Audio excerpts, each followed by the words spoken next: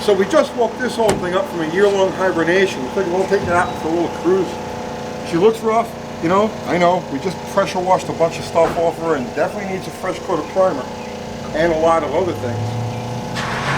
But she runs really good. So I figured let's go for a ride tonight. Because that's all she wants.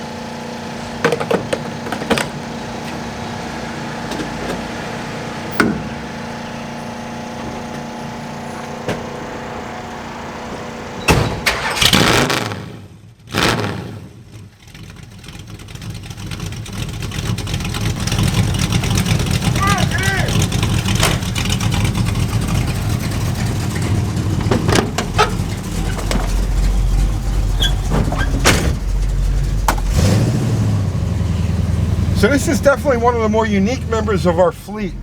And really, excuse the disgust. If you knew this car's history, well, I'll tell you the car's history. This was a Katrina flood car. And we picked it up a couple of years ago for, I don't know, short money, not a lot of money. And it's rough. This thing was loaded with sand, shells, and all kinds of things, right? So, I'll tell you what the car is. It's actually a 67 Charger, but it has a 66 trim on the front. It has the full-length console from a 66, but the car is actually a 67. It's an original big block car, but the motor that was in here was actually like full of seawater, so it was toast. What's in here now is it's a motorhome 440, stock pistons. Actually, Uncle Kathy built this engine. So it's got stock pistons turned around in the bore, like, you know, like I do at all of them. And as you can hear, it doesn't make any noise. Everybody's like, oh, you turn the pistons around and it'll rattle and make all kinds of noise. No, this thing's just silky smooth. And it's a low compression motor, so this thing actually runs on like 87 octane, you know, ethanol gas, no problem. So, stock short block with the pistons turned around. It's got ported 906 heads on it, a ported stock cast iron intake manifold. It's got a crane fireball cam, 4 degrees advanced, stock rockers and all of that. It's got a Mallory dual point ignition and an 800 CFM Edelbrock. It's got a cheap set of Hooker street headers on it. 2.5-inch pipe to a pair of Corvair turbo mufflers, and then just tailpipes out the back. People are always talking about how good this car sounds, and it really does sound good. Cheap, you know, cheap, simple, basic. This is something that anybody could build in their driveway out of, like, you know, out of junk. Got a 727 torque flight with a 3,500 RPM converter. 323 gear, 8 3/4. It had a short grip in it, which we destroyed when we did. If you may remember this car from a video we did called "How to Do a Bitch and Burnout." Cat, put a link to how to do it. Yeah. So we ate the short grip alive in that. So right now it's just got a peg leg 343 in it. And what else? Nothing. It's a joy to drive. It's the only car in our fleet that's heavy, right? It's really built to be a cruiser. These cars are unreasonably heavy. Shipping weight is like 4,100 pounds, and I'll tell you, this thing is even heavier than that. I haven't put it on a scale yet. I will though. But you can feel it in the steering, you can feel it in just the way the car hits the road. A lot of people mistake the first generation Chargers, the 66, 67 Chargers, as being of the muscle car persuasion. But they really weren't. They were more personal luxury cars along the lines of the Thunderbird or the Buick Riviera. So when Chrysler put these things out, they spared no weight. Like, it's got 4 bucket seats, the full length console. It's got tons of just like extravagant little, you know, like trims and things all over the car. It's got the hideaway headlights. The grille is like, you know, it's a metal grille. The whole assembly is just unreasonably heavy. It's a fastback, unlike most Chrysler products. And the fastback uses a different type of unibody than a standard Chrysler or standard Mopar. Because it doesn't have the X-brace or the package shelf to keep the car from doing this, the whole rear tub is like reinforced. It's beefy. You definitely don't want to try to build one of these into a drag car, you know? There's just too much beef to carry around. But for, you know, a fast, fun cruiser muscle car type of thing, you can't beat them, you know? Even with all of this weight and a low compression 440,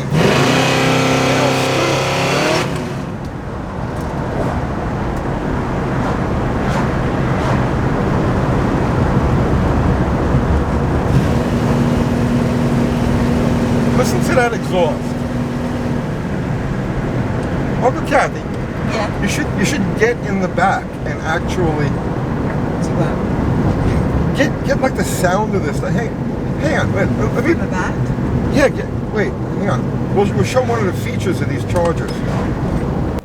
So one of the unique features of these cars is that the 4 bucket seats, the 2 bucket seats in the back fall forward, and then this deck opens up. So you've got like a completely open area from here to the front of the car. Cat, jump in there.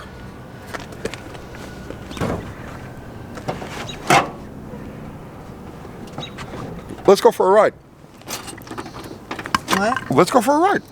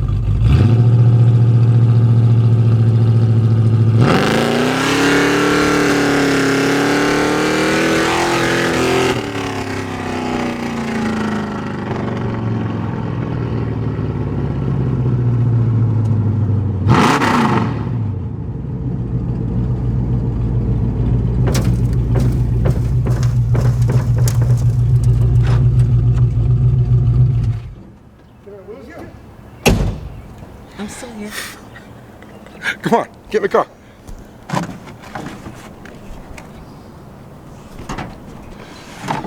Oh shit.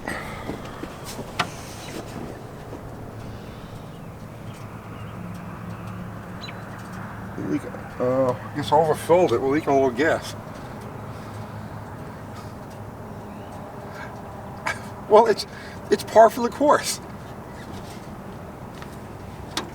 So the car is actually extremely solid. It's rust free. Like there's no, it had some rust on the floor pans, but the quarter panels, the front fenders, the doors, everything completely solid, no rust at all.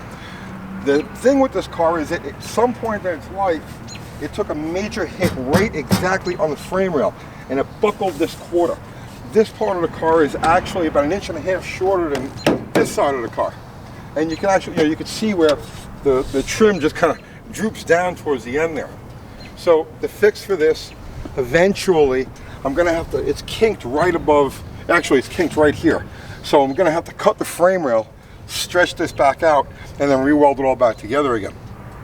But the car is like kind of like bent, which is one of the reasons why it's in primer, and it'll probably be in primer for a long time to come. But it's solid. And this car is actually representative of something that one of you guys could pick up. You do some hunting, $1,500, $2,000. You know, it's completely drivable. And it goes, even though it's bent the way it is, it tracks down the road dead straight. So let's just drive around. Come on.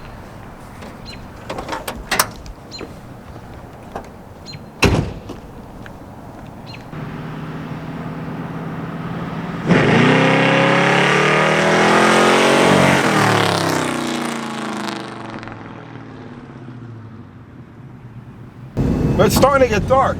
So there are two features of these cars, very unique, and it's a good time to talk about them. The first is that the dashboard has electroluminescent lighting.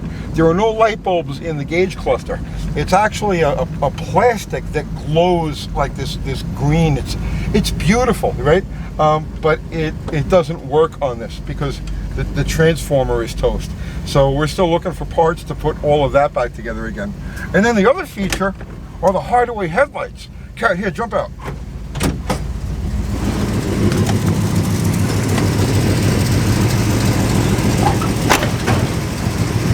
So when you turn on the light, these doors flip open.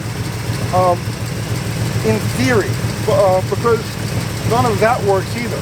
There's a series of 3 solenoids and a whole crazy wiring harness that toast on this car. So when we want to turn on the headlights, we just have to rotate them up manually. There, much better than new. Let's go.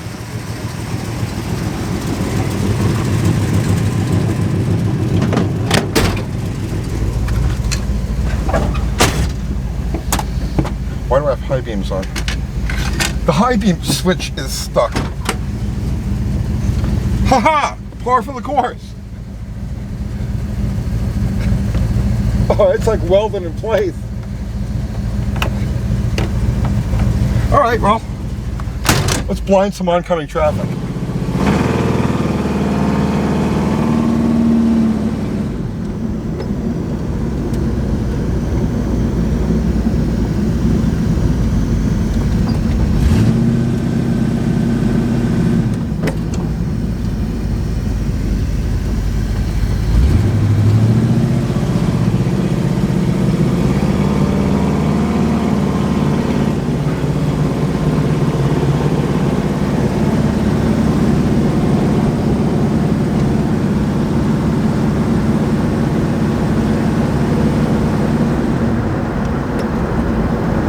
Peaceful during this lockdown. It's almost like a Mad Max kind of thing, you know? We're not as bad here in Nashville. I know a lot of you guys all over the world, you're locked down. Here in Tennessee, we're still pretty mobile. There's still a lot of traffic out. But let's not talk about that. Let's talk about cars. So, yeah, I can already read the comments. I can see the comments in my head already. That car is such a roach. You're supposed to be a hot shot. Why do you have a car that's such a roach? A couple of reasons. The first is that, in my mind, a hot rod is never finished. That's like one of the whole points of building a car, of building a hot rod. There's always something to do on it. There's always something to fix. There's always something to upgrade. I would almost say that I'm kind of scared of a finished product, because once you've got the finished product, what do? What's left? All you can do is just drive it around. Which, I mean, is fine for a lot of people, but if you're gearhead, tinker, dreamer, that type of thing, it's like there's no real pot of gold at the end of that rainbow. For me, like looking forward to getting the body straightened out, putting an interior in it, painting it, all of those things, they add something, they add a dimension to the car. You know what I mean? It's like, it runs, it functions, I can take it anywhere, and it's a work in progress. It's something for me to always, I look at it and say, I'll do this next, I'll do that next, And they do get done, slowly but surely, but they never get finished. And it's because I don't want to finish it. To me, the end of I don't sell my cars. I fall in love with these things. I become a member of my family. So like finishing it up, making it nice, and then flipping it, that's not in the cards for me. To me, it becomes a member of the family, and I always want to tweak it, always want to massage it. And also, today there's like what they call like a ratty muscle car movement, where people like, and the patina thing, patina rods. But that's kind of fake. There's something not like honest about it. Where this car wears an honest patina, it's nearly 60 years old, and it looks like it's nearly 60 years old. All of the damage on this car tells a story.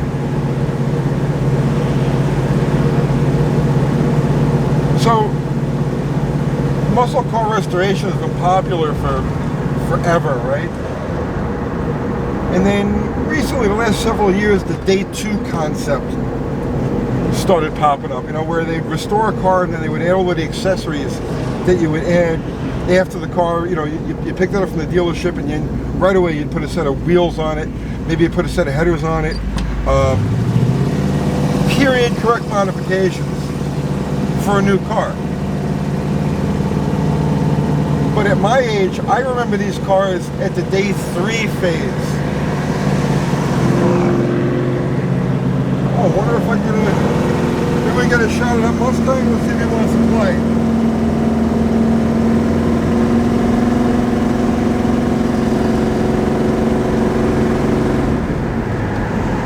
There's too much traffic. There's too much traffic. So at any rate, day three, the cars were 10, 12 years old. Now remember, I was 18 in 1980, right? So cars like this were 14, 15 years old. They had been through the mill. If you come from the Rust Belt, they had giant rust holes all over them. They were neglected. People, when automotive styling changed from that organic, purposeful look of the late 1960s, early 1970s to the faux Rolls grill, opera window years, the disco era cars, the general public hated these things, and so they got rid of them as fast as they could. They junked them or they sold them off. They ended up in bad neighborhoods. You'd find these things in the projects, in the hood. You'd find them in trailer parks, and they were beat to hell, kind of like this one is now. And we would buy these cars for $30, $40. I know it sounds crazy now, right? But that's all you pay for them, because the junkyard would only give you like 25. And then the junkyards themselves were full of big blocks. It's hard to imagine this today, right? But we used to have, like, the junkyards always used to have engine piles. And the engine piles would be 20, 30 feet tall. There would be hundreds of motors. And they would sell you anything off the pile for like $10. So back in the day, around 1980 or so, day three, you could build a car like this and literally have less than $100 in it. I know, because I did it all the time. This was like the standard fare. So yeah, it's a roach. I know it's a roach. You don't have to point that out to me. But I like it that way. To each his own, right?